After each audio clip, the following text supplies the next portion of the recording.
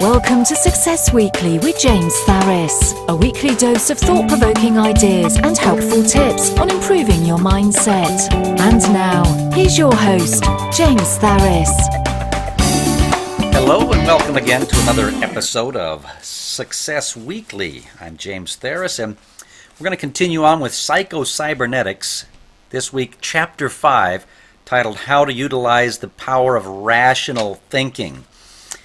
And as I was looking at this, I looked at the first paragraph that I highlighted, and I didn't quite understand where it was coming from. So I looked up a little further at the beginning of the paragraph, and I don't understand why at the time I didn't highlight this. So this is an example of why it's good to read a book more than once, because of things you pick up on the second or third or fourth time reading through them. And so I'm going to read to you the paragraph or the area that did not get highlighted that should have been first. And that says this: our errors, mistakes, failures, and even our humiliations were necessary steps in the learning process. Never fails. Whenever I start a podcast, the phone rings. I don't get it, but we'll go ahead with it. It's like you guys are out there listening and watching, and as soon as I start my podcast, bang, you just feel this urge and desire to call, which is okay, I guess. Oh, we got a second one this time. Let's see. Okay, so anyway, let's go back to that. It says, our errors, mistakes, failures, and sometimes even our humiliations were necessary steps in the learning process. However, they were meant to be means to an end and not an end in themselves. When they've served their purpose, they should be forgotten. If we constantly dwell upon the error or consciously feel guilty about the error and keep berating ourselves because of it, then unwittingly, the error of failure itself becomes the goal, which is consciously held in imagination and memory. And then the part that I highlighted says, the unhappiest of mortals is that man who insists upon reliving the past over and over in his imagination, continually criticizing himself for past mistakes, continually condemning himself for past sins. Boy, does that ring true. And I guess the reason I read the highlighted area and then didn't quite understand it, I guess I missed the word unhappy. I thought that it said the happiest of mortals, and I couldn't understand why he would say that. So it was a good thing that I read that wrong, because I would have missed that the previous paragraph, which is just as important. And that's an important thing to remember, is that we must make mistakes. We have to make mistakes. That's how we learn. If we don't make mistakes, then how are we ever going to improve upon anything? It's totally a fantasy to think that we're going to try something, and everything that we try, we're just going to do it right the very first time. We're just going to ace that test the first time that we take it. We're just going to have the best and the most unbelievably easy experience at anything we try, right? Wrong! We have to fail in order to learn. And we can't relive our lives based upon what we did years ago or weeks ago, whenever it happened.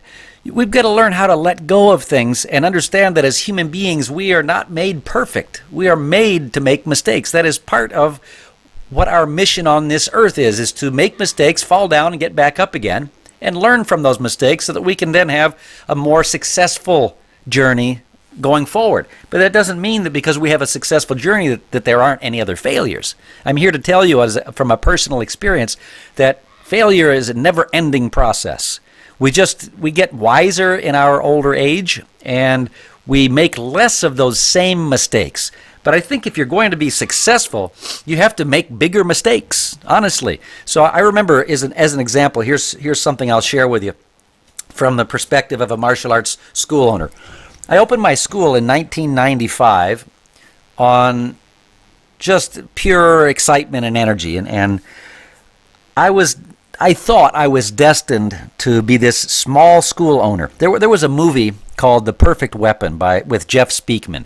If you're a martial arts movie fan and you like martial arts action, it's worth going back to look at. And I think that movie came out in like 1991, maybe 1992. The Perfect Weapon with Jeff Speakman. Well, in this movie, Jeff Speakman's character, he's a young boy, and he's his bigger brother is I think playing football or something, and at the very beginning, his brother's a martial arts guy or something. I forget the premise there, but I just remember this really cool opening sequence of Jeff Speakman practicing Kenpo karate in the opening titles and over the song "I've Got the Power" by Snap. And it was just a really cool way to open a movie. And he was performing a form in his living room with no shirt on. And he's gained a lot of weight since then, so don't expect too much if you see him in person. But he's a really nice guy, and I've met him before. And really was impressed with his first couple of movies. But that one really was, it had something in it that really, I guess, programmed me at that point, because I hadn't yet opened my school. And so in this movie, his dad, I think it's his dad. There you go again, guys. I think it's his father.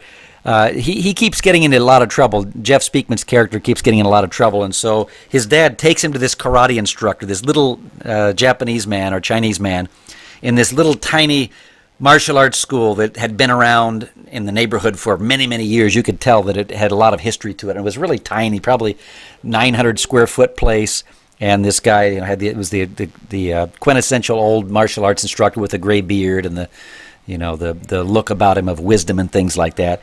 And that's how I visualized myself as owning a school. And so when I opened my first school, I opened in a Lions Club, this little tiny room that I got for free somehow. I don't know how I did that, but somehow I finagled my way into getting him to give it to me for free on Tuesdays and Thursdays. And I got fired from that place because I went in without asking permission and changed up some of their decor to make it look more like a martial arts school. But I always changed it right back to exactly how it was in the beginning when I was finished, so they would never know. But they came in one day and saw what I had done on a Tuesday afternoon, because I was there on Tuesday and Thursday evenings. And so somehow the big wigs of the Lions Club came through to look at this club and saw what I had done. Boy, today's an excessive heavy call day. Anyway, they didn't like it, and they told me that I couldn't continue having my classes there. So I had to go out and get a commercial martial arts school. And so, of course, with my self-image the way that it was back at that time, I wasn't going to try to jump anything big, and I didn't. I got this really tiny, again, about a 900 square foot place, very similar to the one that I saw in this movie. And I just knew that I would be there for 50 years, and I would be the guy that was just there in the community for forever and ever. And parents and grandparents and former students would bring their kids and grandkids to me to train with me and things.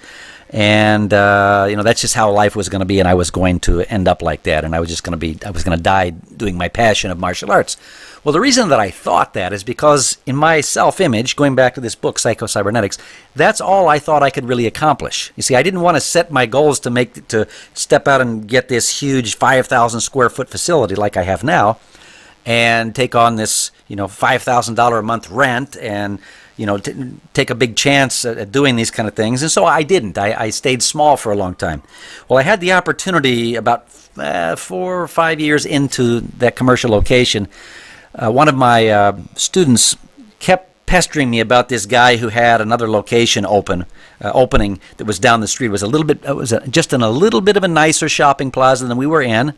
If you could have called my first one a shopping plaza, it was my store connected to a pet store and a little drive-in, probably 1,000 square foot parking lot, and that was it. But that was my beginnings. Well, this other place was in an actual strip mall, but again, it was a very small strip mall, and it was kind of a very not well-trafficked strip mall, and it had a couple of actual office businesses in there, as well as a pub and eatery, and then, of course, some other little things that really didn't draw a lot of people to the plaza. So I really didn't want to do it, and I kept telling my student, no, I'm fine here, and my little tiny place kept getting fuller and fuller. And the more it got full, I guess as I went on, I got, built up my self-image to say, okay, well, let me at least check this out. And so finally, about a year and a half later, I did. I checked it out. I went over and I peeked into the windows and things and looked at it and said, oh, this is kind of nice. I could see myself in a little bit bigger space. And I think that first space that I went into this plaza was like 2,500 square feet. So that was a pretty big jump for me, going from a 900 to 1,000 to 2,500. And of course, I had to pay higher rent, and I had to have a better security deposit, a higher security deposit, and I had to have something at this location that I didn't have to have at my first location, and that was a professional neon sign that said martial arts out front. And of course, that was like a huge expense. I wasn't making much money. My school was relatively successful with 55 or 60 students, but each of them paying $45 to $50 per month in family plans. And when they couldn't pay bills, then I didn't pester them and let them train for free and what have you. And I just didn't have a lot of money. So it was a big jump for me to move to this other location. And so I as I said in one of my other podcasts, I'm a risk taker and a little bit of a gambler. So I said, I think I'm ready to do this. And I had just enough money to saved up to get these things. And I did. I made the jump. And then here's where the learning curve comes in. This is the little admission that I'm going to make, because I had to kind of build up to where I was at that time. At this particular time, I was attracting a much different clientele when I opened this new school, because I'd gotten into a different neighborhood. And suddenly I had these professional people coming in that I didn't have a lot of before.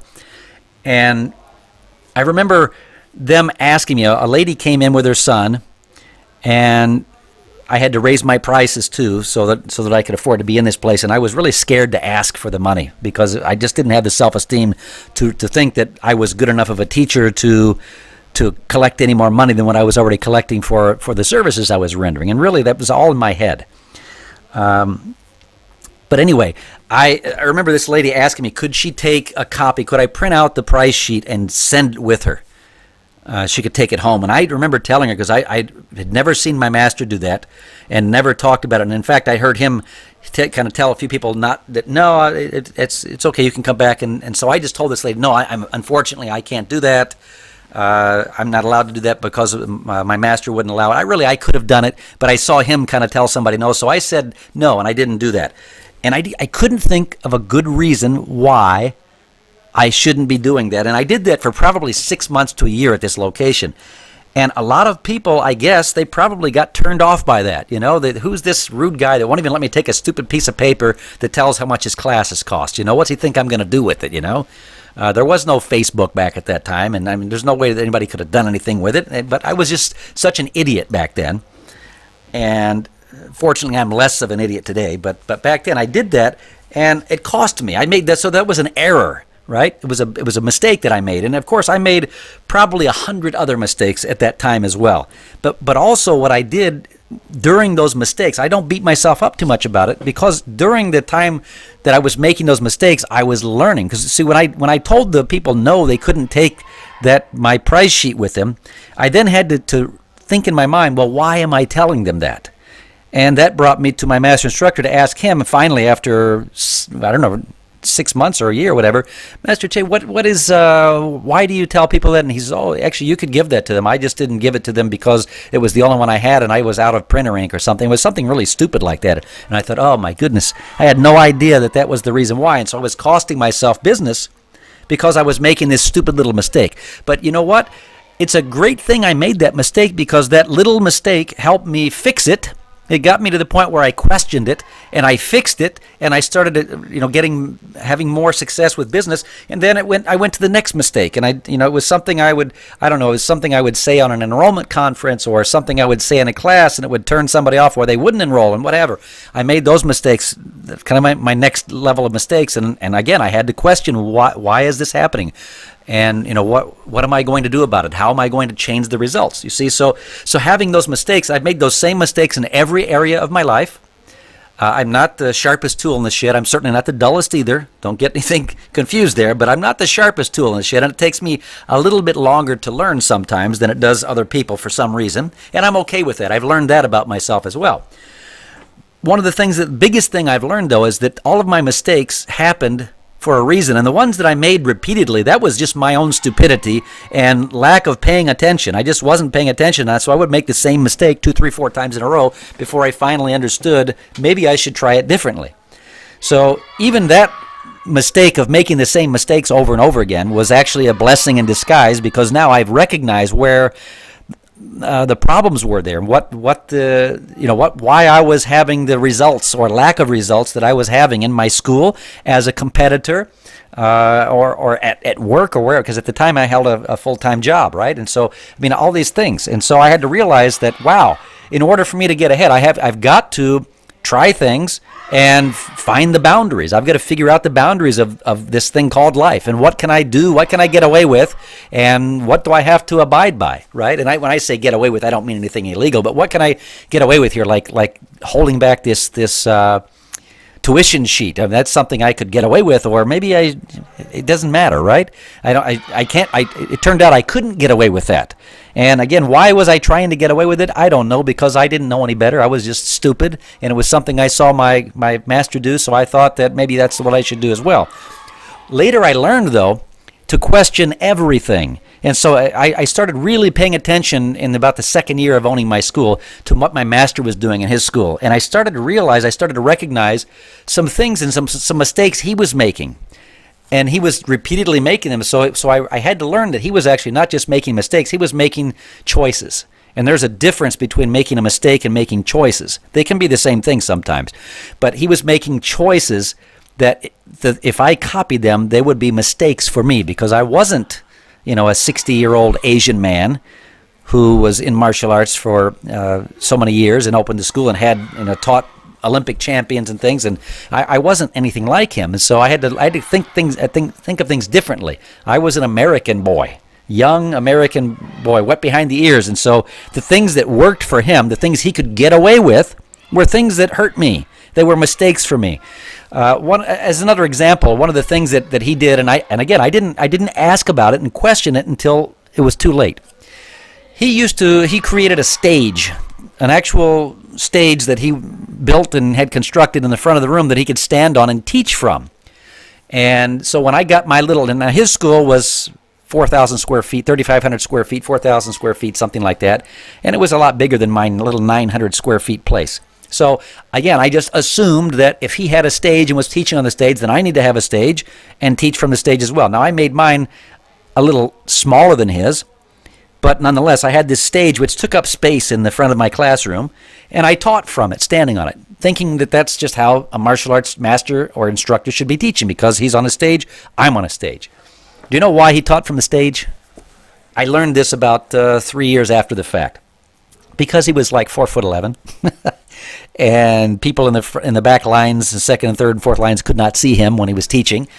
I'm short, 5 foot at the time. I was 5'8". I'm like 5'7" and something. I've shrunk a little bit. My discs, I think, have kind of lost some of their elasticity. But I did the same thing, and it was a mistake, because it made me look like I was egotistical, and I was standing on this stage trying to be taller than everybody, and standing, like I'm performing or something, and I finally got to the point where I was like, I don't need this stage, and I got rid of it, and it felt really weird actually for the first year or so, because now I didn't have this stage to teach from. But it turned out to be one of the best decisions I made. And as far as I know, my master instructor, he still teaches from that stage, but that's the reason why. There are some other reasons he does it as well, but again, those are choices. So see, that for me, that was a mistake I made that probably cost me business, because people thought that I was arrogant, and I really wasn't. I was just trying to do what my master was doing and mimic what I saw him do. And so monkey see, monkey do, and I was the monkey in this case. So, that's the thing that this kind of chapter starts off with. Now, there's more to the chapter with that, but keep that in mind. You've probably made some mistakes in your life as well, and maybe you've made some real doozies like I have. Keep in mind that that's part of living. That's part of life. As long as you don't make that same, especially if it's a doozy, you don't make that same mistake a second or third time. Then you've learned something, and then now you can take that knowledge and that experience and pass that on to somebody else, maybe a child or a grandchild, or a sister or a brother or a friend, or somebody hurting in the community that needs help, and you've been through that experience before and made that mistake. You can save them the pain. Sometimes we have to learn from making our mistakes ourselves. But sometimes we can learn by watching others make the mistake and not make that same mistake. So maybe a good example of that is that you're at school, and you go up to a teacher and you try to be funny with the teacher. And the teacher, immediately sends you to detention. Well, if I saw 2 or 3 other kids do that, then when it's my turn and I have the opportunity, maybe I don't want to make that same mistake, and so I can stay in the class and not get myself into trouble. As a very simple example, of course, but you could get the idea, I'm sure. All right, let me continue with the next little thought process. Now, you see how having these little highlights can really means so much to a person. You read one little sentence or two, and man, it just means so much. Ignoring past failures and acting as if it were impossible to fail. I think I talked about that a couple podcasts ago. Acting as if it was impossible to fail. If it was impossible to fail, what would you do in life? I guarantee you'd do a lot more than what you're doing right now, and so would I. But we don't act like that enough. We do fear failure, and we do fear repercussions. So if the important thing is to act as if, though, we don't have any fear, because that's how we get past having fear. Act as if you don't have any fear, right? Or act as if whatever you need to act like. Here's a great little thing to kind of cap this off, because there's really a lot more in this little short chapter. But it was talking about he says, one of my patients was a salesman who was scared to death when calling upon big shots. His fear and nervousness were overcome in just one counseling session, during which I asked him, would you physically get down on all fours and crawl into the man's office, prostrating yourself before a superior personage? I should say not, he bristled. Then why do you mentally cringe and crawl? Another question. Would you go into a man's office with your hand out like a beggar and beg for a dime for a cup of coffee? Certainly not.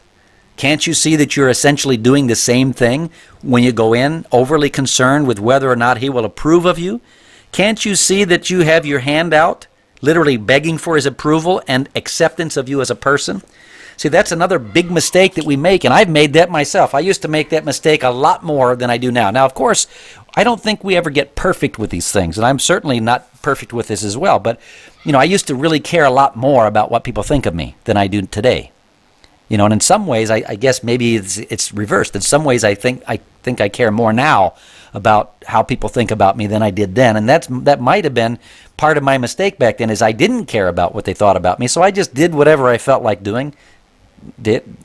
Said whatever I wanted to say, and let the chips fall where they may, and people just have to get a sense of humor and things like that. And that for me, that was a mistake, because it got me into a lot of trouble with people, and I learned later on, wow, maybe they don't like the fact that I showed up at 8:30 or 9 o'clock and banged on their door without telling him I was coming over first, because it's something I used to do. And I have a friend, I didn't realize that was a mistake until an old friend of mine did that to me and scared me to death one night, and he came banging on the door, and it was dark, and I couldn't see who it was out there, and he didn't tell me he was coming, and oh man, this must have been how I made people feel, when I did this. So I stopped doing that. That's not something I subscribe to anymore.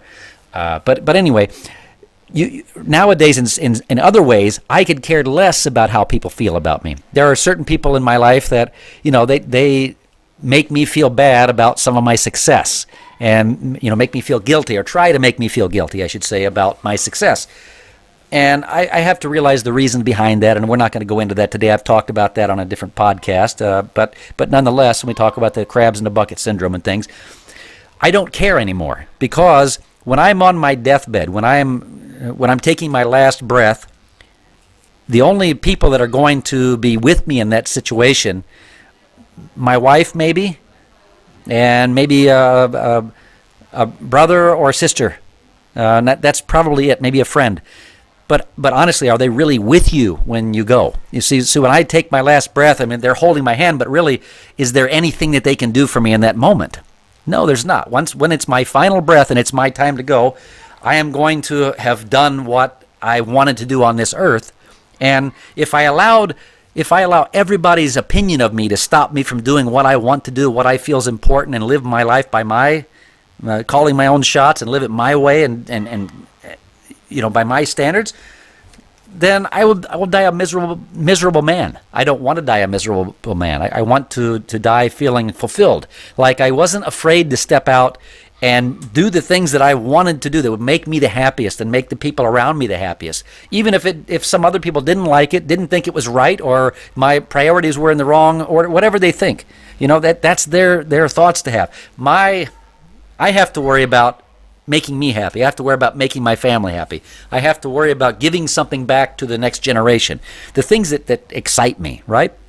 And so I can't allow, again. So if you're going to be successful in something, so as a martial arts school owner, there's an inherent like tag that's given to successful martial arts people that have successful schools, and they're almost like ostracized by certain other martial arts school owners who aren't successful because we have sold out, because we make a decent amount of money, we make a living doing what we're doing, and my goodness, so because they didn't have what it took to do it full time and make a living out of it, they want to call somebody else, out for it and call a sellout because they make a good living at it, and not taking into consideration the level of expertise that person has, the successful person, or what they're able to do with their students, or how many lives they're able to change. And they only take it back to how good their students are, and they think that because they have 20 students that they're somehow better than somebody that's got 200 students. And in some cases that could be true. Depends on the teacher. But if that same teacher touched 200 students, he would have the same results with those 200 students as the 20 students. I promise you. A good teacher, somebody who's passionate about teaching martial arts or anything else, is going to be able to teach as many people as they want to.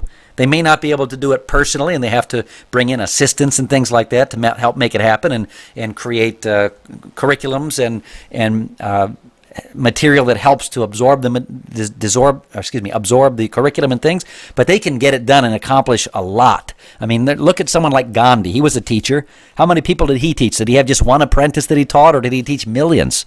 And we can do the same thing with any other teacher. So what I'm saying there is, people that are successful will always get tomatoes thrown at them by friends and relatives and people in their industry that don't feel like that they should do that or make money doing that or whatever.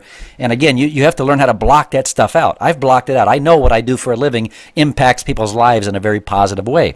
I'm passionate about what I do, and I'm more passionate about what I do for a living than some of the guys that are claiming to not have sold out as martial arts instructors. These guys teach part-time as a hobby, and they work full-time careers someplace else, and they teach a few nights a week at their school, and that's a hobby for them. So how can they complain about somebody who's doing it for a profession when that person that's doing it for a profession is doing it 6 and 7 days a week, 8 hours a day, and and always looking at ways to do it better and making the client experience better than it was before?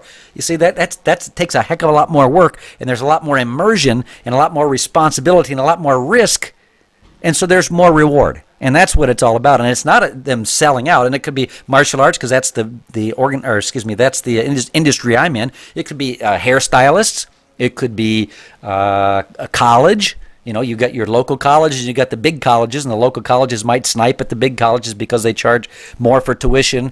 But the tuition the places they pay the more tuition usually have more weight to them. The signature and that paper that their diploma's on usually it gets them more. It gets them more respect and sometimes more money and more doors open. So it's not to say that the smaller ones aren't valuable and anything like that, because they certainly are. But you have to keep that in mind. That same principle is at work in your life somewhere, some way. Whether it be with a relationship that you have with somebody, maybe you know somebody who's famous or successful or whatever, or good at something, and he's friends with you but doesn't like these other guys, right? The popular kid in school, for instance, likes you, but he doesn't like your friends, and so your friends make you feel bad about being friends with this guy because he likes you but he doesn't like them. So then, instead of figuring out why he doesn't like them, which might be because of the way they dress, the way they walk, the way they talk, their habits or whatever, and yours might be slightly different, and so he likes you because of that and doesn't like them. Instead of them recognizing that that's the problem themselves, they want to snipe at you and say you're the problem and you sold out because you're hanging out with this guy, when if he came to our house and wanted to hang out, we would drop everything we're doing and probably hang out with him too. That's the reality of this life, and that's why you can't worry about how people think about you. You have to worry more about how you're going to think about you on your deathbed. There's that thing called the dash. It's the little dash between the year you were born and the year you're going to die. What you do with that dash is what matters most in life. That's everything. So at the end of your life, are you going to be regretting that you left things undone? Are you going to regret that you settled for mediocrity? See, I'm not going to. I hope you're not either. I'm going to try and accomplish big things in life. I've got some things that I'm working on right now that, oh my goodness, they're scaring me to death because it is totally new territory for me. And I don't I don't know what's going to happen. So I've got, on the one hand, I've got this really comfortable position I could remain in for indefinitely. And on the other hand, I've got this opportunity to push myself into an area that I've never been before.